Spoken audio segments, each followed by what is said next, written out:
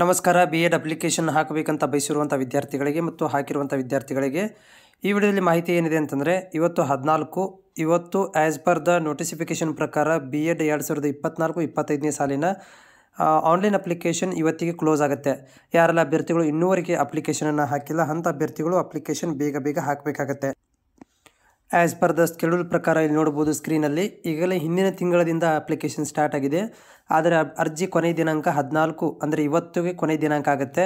So in case of ಏನಾದರೂ extended ಅದರ ಬಗ್ಗೆ ಕೂಡ ಮಾಹಿತಿ ಕೊಡಲಾಗುತ್ತೆ. ಬಟ್ ಅದು ವಿದ್ಯಾರ್ಥಿಗಳ ಮೇಲೆ ಬಿಟ್ಟಿರುವಂಥ ವಿಷಯ. ಯಾಕಂದರೆ ವಿದ್ಯಾರ್ಥಿಗಳು ಹೋಗಿ ಕಂಪ್ಲೀಟ್ ಮಾಡಿದಾಗ ಮಾತ್ರ ಏನಾಗುತ್ತೆ ಅಂದರೆ ಸರ್ವರ್ ಪ್ರಾಬ್ಲಮ್ ಆಗಿ ಪೇಮೆಂಟ್ ಇಶ್ಯೂ ಆಗಿದೆ, ಅಪ್ಲಿಕೇಶನ್ ಹಾಕಲಿಕ್ಕೆ ಬರ್ತಾ ಇಲ್ಲ ಅಂಥೇಳಿ ಇಶ್ಯೂ ಮಾಡಿದಾಗ ಮಾತ್ರ ಎಕ್ಸ್ಟೆಂಡೆಡ್ ಆಗಿರುವಂಥದ್ದು.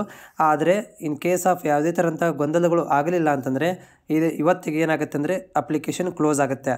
ಅಪ್ಲಿಕೇಶನ್ ಕ್ಲೋಸ್ ಆಗಿ ಮತ್ತೆ ಒಂದು 5 ದಿನಕ್ಕೆ ಏನಾಗುತ್ತೆ ಅಂದರೆ ನಿಮಗೆ ವಿದ್ಯಾರ್ಥಿಗಳ ಒಂದು ಅರ್ಹತಾ ಪಟ್ಟಿಯನ್ನು ಬಿಡುಗಡೆ ಮಾಡ್ತಾರೆ. ಆಮೇಲೆ ನಿಮಗೆ ಕೌನ್ಸಿಲಿಂಗ್ ಪ್ರಕ್ರಿಯೆ ಪರಿಶೀಲನೆ ಇರ್ಬೋದು, ಆಪ್ಷನ್ ಎಂಟ್ರಿ ಇರ್ಬೋದು, ಕಾಲೇಜ್ಗೆ ಆಯ್ಕೆ ಇರ್ಬೋದು, ಇವೆಲ್ಲಗಳನ್ನು ಮುಂದಿನ ದಿನಗಳಲ್ಲಿ ಮಾಹಿತಿಯನ್ನು ಕೊಡ್ತಾರೆ.